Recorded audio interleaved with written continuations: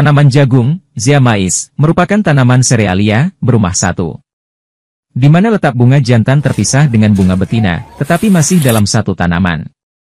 Tanaman jagung adalah tanaman multifungsi yang memiliki banyak kegunaan, dan hampir seluruh bagian tanaman dapat dimanfaatkan untuk berbagai macam keperluan. Oleh karena itu jagung mempunyai arti penting dalam pengembangan industri di Indonesia, karena merupakan bahan baku untuk beberapa industri.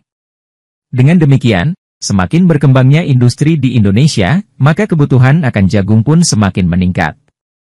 Karakter morfologi tanaman jagung meliputi 1. Tinggi tanaman. Tinggi tanaman merupakan indikator pertumbuhan. Tinggi tanaman jagung bervariasi, sesuai dengan kondisi lingkungan dan varietas. Cekaman kekeringan membuat pertumbuhan tanaman terhambat, serta kepadatan populasi dan status kesuburan tanah, juga berpengaruh terhadap tinggi tanaman. 2. Letak tongkol. Letak tongkol jagung merupakan salah satu karakter morfologi dan parameter pertumbuhan yang penting untuk tanaman jagung. 3. Lingkar batang. Batang merupakan salah satu organ tumbuhan yang berfungsi sebagai media transportasi zat makanan dari dalam tanah ke seluruh bagian tumbuhan. Oleh karena itu karakter batang merupakan karakter yang penting bagi pertumbuhan tanaman. 4. Jumlah daun. Berdasarkan hasil penelitian, jumlah daun jagung umumnya 12-22 helai, dan akan bertambah sesuai tinggi tanaman. Berarti semakin tinggi tanaman, memiliki potensi bertambahnya jumlah daun. 5. Panjang helaian dan pelepah daun. Helaian daun merupakan bagian daun yang memanjang seperti pita dengan ujung meruncing, sedangkan pelepah daun berfungsi membungkus batang dan melindungi buah. Panjang pelepah daun akan bertambah seiring dengan pertambahan panjang helaian dan tongkol jagung. 6. Lebar daun. Lebar daun jagung sangat penting untuk proses fotosintesis.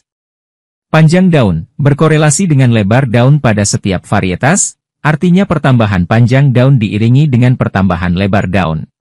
7. Arah helaian dan sudut aksila.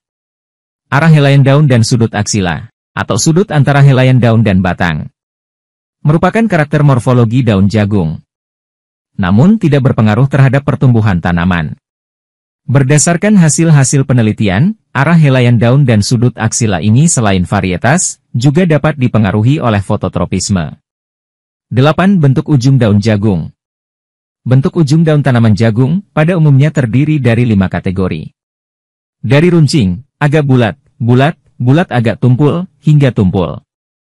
9. Pewarnaan antosianin.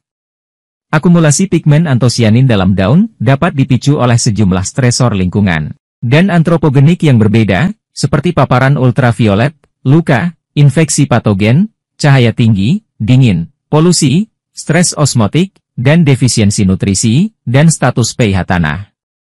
Artinya semakin tinggi stresor lingkungan, maka akumulasi antosianin pada tanaman jagung juga semakin tinggi. 10. Panjang dan diameter tongkol.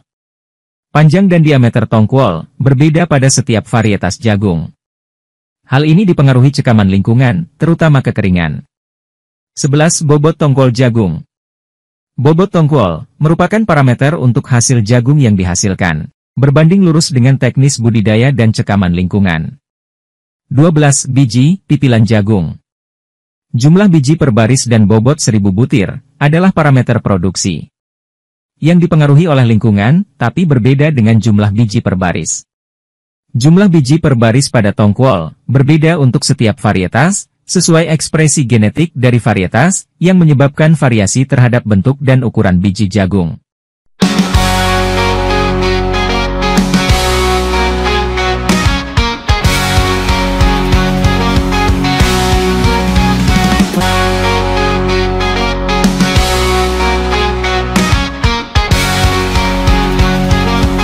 Dengan penuh semangat, tanah kita rawat untuk masa depan.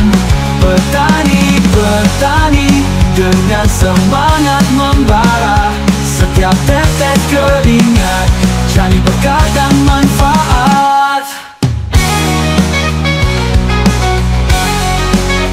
Bawah langit biru, kita terus melangkah. Bertani adalah hidup, dan hidup adalah cinta. Dengan semangat kita akan putar dan tekad yang membara.